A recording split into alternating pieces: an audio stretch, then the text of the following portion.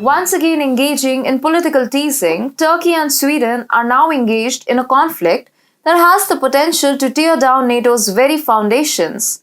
The prospective 32nd member of NATO may soon be eliminated before even joining. Hi and welcome to TFI Global, the foreign affairs and geopolitical analysis arm of the TFI Media Group. I'm your host Vedika. Let's begin. Let's rewind to the month of April 2022 when riots erupted on the streets of Stockholm. The unrest was sparked by the planned Quran burning event by Swedish politician Rasmus Paludan. While the riots were ostensibly fueled by anger over the religious insult, the police suspected that criminal groups had exploited the situation to target law enforcement.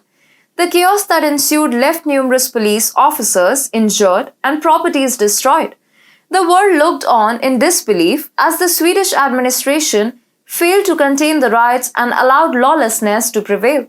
It was a stark reminder of the authorities' inactions and disregard for maintaining law and order. And now, we find ourselves wondering how this incident led to Sweden's NATO membership being threatened. It turns out that almost all NATO members have welcomed Sweden's bid for membership, except for two countries, Hungary and Turkey. Hungary's reluctance stemmed from concerns about NATO expansion straining relations with Russia. On the other hand, Turkey's opposition is less known but revolves around its grievances regarding the treatment of Kurdish Muslims and other minority rights in Sweden. Erdogan has accused Sweden of ridiculing and hurting the sentiments of its substantial Muslim population. According to Turkey, Sweden has been harboring terrorists of Kurdish origin under the guise of humanitarianism. Consequently, Turkey has made it clear that Sweden's NATO ratification hinges on making progress in addressing these concerns. Prime Minister Ulf Kristersson has acknowledged the need for progress, aligning with Turkey's stance. However, the ruling political parties of Jimmy Åkesson and Ulf Kristersson hold different views. They have openly ridiculed Islamists, leading to protests and riots within the country.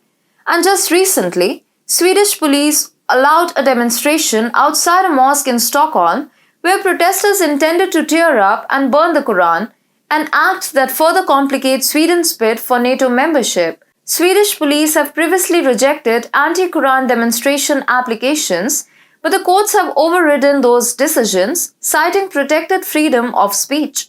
However, this time the demonstration took place at the burning of the Quran by an Iraqi refugee named Salman Momika sent shockwaves throughout the world, including triggering unrest at the Swedish embassy in Iraq.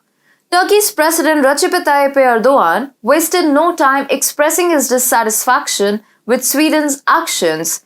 He condemned the Quran burning protest as a hate crime against Muslims and emphasized Turkey's unwavering commitment to fight against terrorism and Islamophobia. Erdogan's remarks only fueled speculation about the fate of Sweden's NATO membership. It's mind-boggling to think that one person's actions can have such far-reaching consequences. Sweden now faces the imminent threat of eviction from NATO, and the question arises, did the government deliberately allow this situation to unfold? While the government may claim to condemn the decision, the lack of action speaks volumes. If they were truly against it, why didn't they issue a memo or order to halt the demonstrations? Moreover, this move aligns with the skeptical views of Swedish kingmaker Åkesson, who has often voiced reservations about NATO and Western alliances. Maybe Sweden isn't as bothered about NATO membership as it should be. The future hangs in the balance, but it seems that Sweden is playing a dangerous game, risking its alliances for reasons yet to be fully understood. As the world watches this thrilling political drama unfold, we can't help but marvel at the power of a single act. One book, one flame, and now an entire nation's destiny teeters on the edge.